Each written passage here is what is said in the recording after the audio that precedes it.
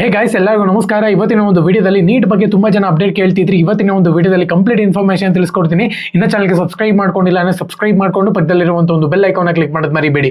ಬನ್ನಿ ವಿಡಿಯೋನ start ಮಾಡೋಣಂತೆ.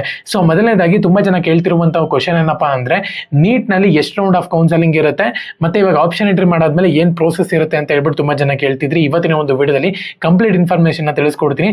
Description ಅಲ್ಲಿ ನಮ್ಮ ಒಂದು ಟೆಲಿಗ್ರಾಮ್ ಚಾನಲ್ ಒಂದು ಲಿಂಕ್ ಇರುತ್ತೆ. ನಾನು ಅಪ್ಡೇಟ್ ಬಂತು ಅಂತ ಹೇಳೋದಾದ್ರೆ ಫಸ್ಟ್ ನಾನು ಅಪ್ಡೇಟ್ ಮಾಡ್ತೀನಿ. ಪ್ರತಿಯೊಬ್ಬರು ಕೂಡ ಟೆಲಿಗ್ರಾಮ್ ಚಾನಲ್ಗೆ ಜಾಯಿನ್ ಆಗಿ.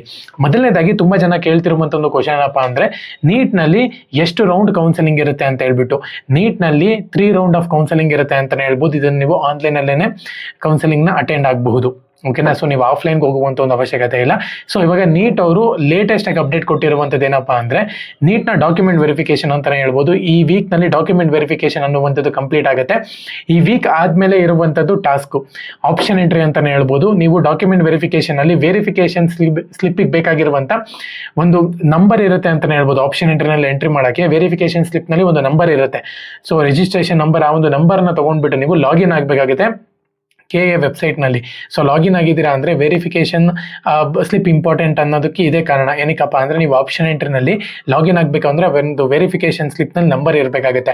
ಸೊ ಅದಕ್ಕೆ ನೀವು ಕೋಟಾಗಳಾಗಿರಬಹುದು, ಏನ್ ಬೇಕೋ ರಿಸರ್ವೇಶನ್ಸ್ ನ ನೀವು ಕ್ಲೈಮ್ ಮಾಡ್ಕೋಬಹುದು. ಸೊ ಅದಾದ್ಮೇಲೆ ನೀವು ಇಲ್ಲಿ ಮೇನ್ ಇಂಪಾರ್ಟೆಂಟ್ ಆಪ್ಷನ್ ಎಂಟ್ರಿ.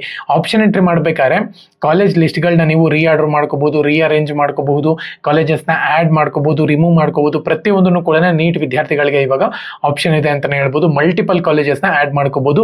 ಇದು KA ವೆಬ್ಸೈಟ್ ನಲ್ಲೇನೆ ಮಾಡ್ಕೋಬೇಕಾಗುತ್ತೆ. ಬಟ್ ನೀವು ಆಪ್ಷನ್ ಎಂಟ್ರಿ ಮಾಡಬೇಕು ಅಂದ್ರೆ ಇಷ್ಟು ಚಾರ್ಜಸ್ ಅಂತ ಹೇಳ್ಬಿಟ್ಟು KA ನವರು ಇಟ್ಟಿದ್ದಾರೆ ಅಂತಾನೆ ಹೇಳ್ಬೋದು. 750 rupees ಇರ್ಬೋದು. ಸೊ ಇನ್ನ ನಿಮ್ಗೆ ಅಪ್ಡೇಟ್ ಸಿಗುತ್ತೆ ಆಪ್ಷನ್ ಎಂಟ್ರಿ ಮಾಡುವಂತ ಟೈಮ್ ನಲ್ಲಿ. ಸೊ ಆ ಒಂದು ಫೀಸ್ ನ ಕಟ್ಟಿದ್ದೀರಾ ಅಂದ್ರೆ ಆಪ್ಷನ್ ಎಂಟ್ರಿ ನೀವು ಈಸಿಯಾಗಿ ಮಾಡ್ಬೋದು. ಸ್ಟಾರ್ಟಿಂಗ್ ಆಪ್ಷನ್ ಎಂಟ್ರಿ ಫೀಸ್ ನ ಕಟ್ಟಿಸ್ಕೊಂತಾರೆ. ಇವಾಗ ನಿಮ್ಗೆ ಕ್ಲಾರಿಟಿ ಬಂತು ಅಂತ ಅನ್ಕೊಂತೀನಿ. ಅದಾದ್ಮೇಲೆ ಆಪ್ಷನ್ ಎಂಟ್ರಿ ಮಾಡಿಬಿಟ್ಟಾದ್ಮೇಲೆ ಮುಗೀತು. ಫಸ್ಟ್ ರೌಂಡ್ ಆಫ್ ರಿಸಲ್ಟ್ ನಿಮ್ಗೆ ಆಲ್ಮೋಸ್ಟ್ 3rd ವೀಕಲ್ಲಿ ನೋಡೋಕೆ ಸಿಗುತ್ತೆ. ಅದಾದ್ಮೇಲೆ ಸೆಕೆಂಡ್ ರೌಂಡ್ ಸ್ಟಾರ್ಟ್ ಆಗುತ್ತೆ. ಓಕೆನಾ. ಸೊ ಈ ತರ ಅಂತಾನೆ ಹೇಳ್ಬೋದು. ನಿಮ್ಗೆ ಫಸ್ಟ್ ರೌಂಡ್ ಏನೋ ರಿಸಲ್ಟ್ ಬಂದ್ಬಿಟ್ಟು ನಾನು ಇದೇ ಕಾಲೇಜಿಗೆ ಸೇರ್ಕೊಂತೀನಿ ಅಂದ್ರೆ ಚಾಯ್ಸ್ ಎಂಟ್ರಿ ಸ್ಟಾರ್ಟ್ ಆಗುತ್ತೆ. ಚಾಯ್ಸ್ ಎಂಟ್ರಿನಲ್ಲಿ ನೀವು ಚಾಯ್ಸ್ ಅನ್ನ ಕ್ಲಿಕ್ ಮಾಡ್ಕೊಂಡು ಆ ಒಂದು ಪ್ರೋಸೆಸ್ ನಾನು ಮುಂದೆ ಬರುವಂತ ಒಂದು ವಿಡಿಯೋಸ್ಗಳಲ್ಲಿ ಅಪ್ಡೇಟ್ ಕೊಡ್ತೀನಿ. ಇವಾಗ ಸದ್ಯಕ್ಕೆ ಇಷ್ಟು ತಿಳ್ಕೊಂಡಿದ್ರೆ, ಡಾಕ್ಯುಮೆಂಟ್ ವೆರಿಫಿಕೇಶನ್ ಆದ್ಮೇಲೆ ವೆರಿಫಿಕೇಶನ್ ಸ್ಲಿಪ್ ಸಿಗುತ್ತೆ, ಡೌನ್ಲೋಡ್ ಮಾಡ್ಕೋಬೇಕಾಗುತ್ತೆ KA ವೆಬ್ಸೈಟ್ ನಲ್ಲಿ. ಅದಾದ್ಮೇಲೆ ನೆಕ್ಸ್ಟ್ ಸ್ಟೆಪ್ ನಿಮ್ದು ಆಪ್ಷನ್ ಎಂಟ್ರಿ. ಓಕೆನಾ. ಎಲ್ಲರಿಗೂ ಕೂಡ ಆಲ್ ದ ಬೆಸ್ಟ್. ಜೈ ಹಿಂದ್, ಮತ್ತೆ ಮಾತರಂ.